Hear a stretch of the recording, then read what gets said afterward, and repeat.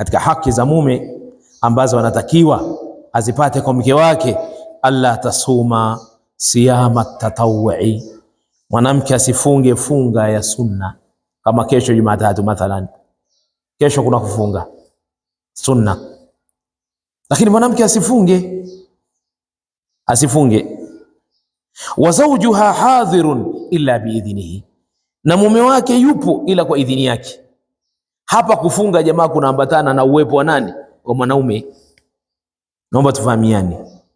Mathalan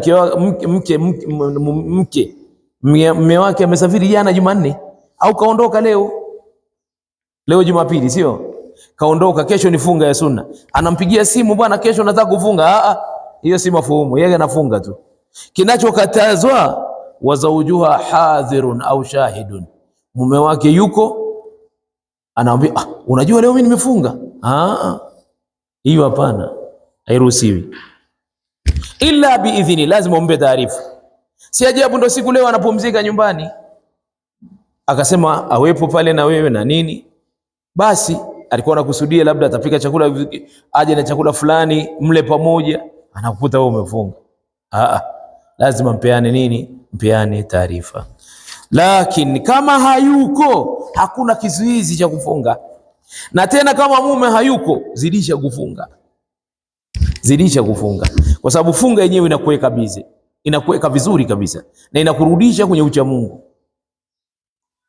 Likaulihi sallallahu alayhi wasallam, kwa kauli yake Mtume aliposema, la yahillu lilmar'ati, si halali kwa mwanamke, antasuma, kufunga, wa zawjuha shahidun, na mume wake yuko mjini, yupo, haifai. Illa biidhni, isipokuwa kwa idhni ya nani? Ya mume.